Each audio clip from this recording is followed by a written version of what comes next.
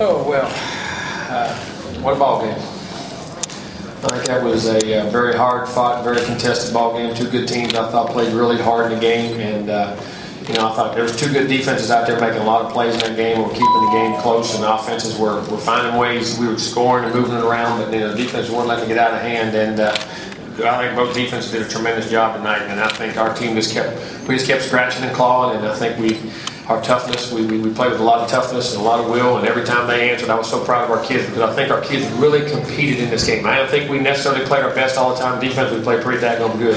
Beating a great quality opponent like South Carolina, I mean, the venues we got into this year, and losing some tight ones, being able to battle back, getting an ACC championship game, coming to a big-time quality bowl game, and really have to gut it out. And that last drive on offense, 13 plays and about 65 yards, but picking up those critical third downs.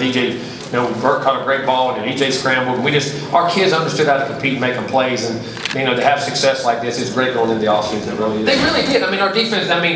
We were getting turnovers, and then we'd move and kick a field goal, and then what they do, they go out and get it again. Just keep us right in the ball game and kept playing and kept battling. And they didn't look. This team, we're not a team, we're a family.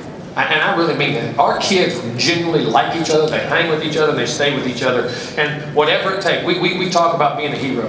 And I say that, be a hero to me is doing what you're supposed to do every play for the guy beside you, no matter what goes on. Sometimes if he's having a bad day, make it up yourself.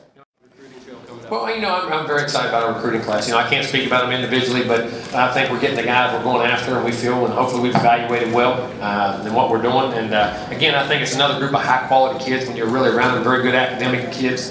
It seems like we're recruiting, and I'm very excited to get them in here. And it'd be good to get all those guys. You get 9 of them in midterm, it kind of helps you in spring ball and kind of change the football team. Yeah, we were getting the ball outside on the edges. We really were. And we getting our bunch practice. They were playing soft, not giving up the big play. We thought maybe we'd get the ball down the field, but they kept being soft, so we had to be patient and just nickel and dime. There wasn't going to be a lot of big passes in the passing game for us. And plus, they did a good job rushing. 83 really created some pressure on the backside for us 2 or 3 times. We couldn't get him there a couple times, so we just had to be patient, keep running the ball. I tried to trick play. We had a reverse on there that when they go back, we're supposed to keep it and run it, but he elected to throw it. And we couldn't get the big plays in the passing game, so we just had to be patient, keep running it, and our defense kept us in there, and then at the end we were able to grind that ball out. Okay, right here in front. Can you just talk about that EJ on the final scoring drive and just the big third downs he was able to pick up? I think he was 7 for 7 on the drive. I think EJ went 7 for 7 on that drive, and that third down he picked up to Burt coming back up inside and scramble on the third down, going back to a 4th receiver on the backside off the scramble, and EJ's special. He's going to be a really good football player, and got a great future ahead of him. And I hated it for Christian got dinged in the back of the head, and it was a shame. And you could see it on that pass. It happened on the play before the 4th down play. We didn't realize it. Sometimes your instincts you can still call the play, but he come off. He was kind of out of it there a little bit, and I hated that because what he meant to us. But EJ, boy, that guy, he's on my team. You and Christian shared a moment after the game. I noticed when we talked to him, just kind of what did he Well, I said I hated that it ended that way for him as far as getting hurt, but the last game he'll be remembered for was that great game he played for us against Florida and being able to break that streak and Doe Campbell and what he played. And I just told him, he's got a ton of ball ahead of him. He's going to be an NFL player, and if I can ever help him in any way, I love him. And I think he's special. I do. I think he's one of the special guys I've ever been fortunate enough to coach. And there's a lot of them on our team like that. But that young man has got heart and guts and soul, and he represents everything and embodies everything we want Florida State football to stand for. Okay, back in the back. We were talking about the mismatch of our corners on their receivers. You want to talk about that? I'm going to tell you what, now, we got some pretty good corners.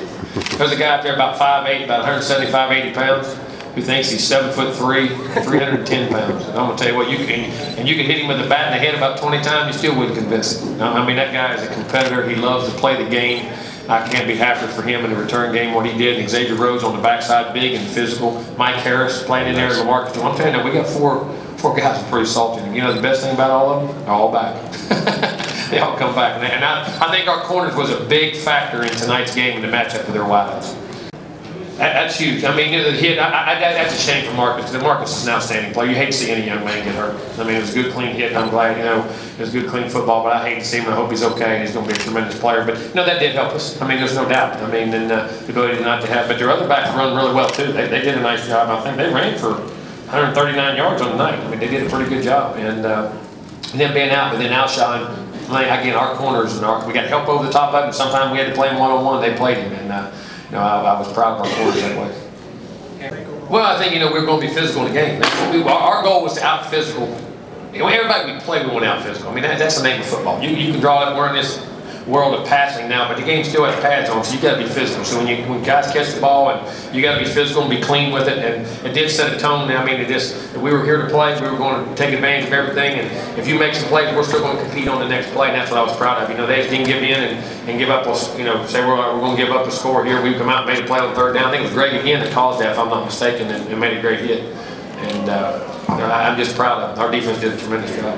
Time I've ever played in this dome, it's been phenomenal. I mean, it's like, I played national championship games, SEC championship games here, bowl games here. Whatever it is, I mean, this place is as good an atmosphere as there is in college football when it comes to this level of ball and championship games and bowl games. It's phenomenal. And the people, and again, the Chick-Fil-A people and what they do and how they do things, the quality of their organization is phenomenal. And then to have in this venue and in this setting, this is a great place to be.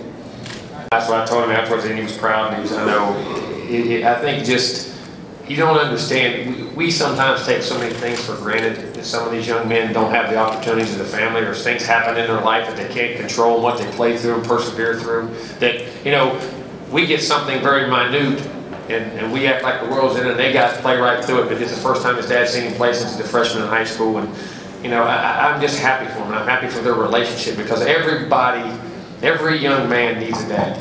And to have his dad back in his life and doing the things he did, and I think that's why, one of the reasons he plays so well. Last question. Coach, do you think one day that you might sign up for the Chick-Fil-A preseason game here? Oh yeah, we're talking about it. We just got to get the right thing. I got to get off. If we can get our guys to quit scheduling 3 great non-conference games a year, I'll come out and play one of them. But I can't play 4 of them all the time. But to be in that venue and that atmosphere and to do here, we're going to get it worked out here in the future sometime. We just got to wait till we get the schedule right. And Gary, we've talked about that. But we're going to get it worked out. It's too great a venue to get into not to be able to do it. All right, thanks very much.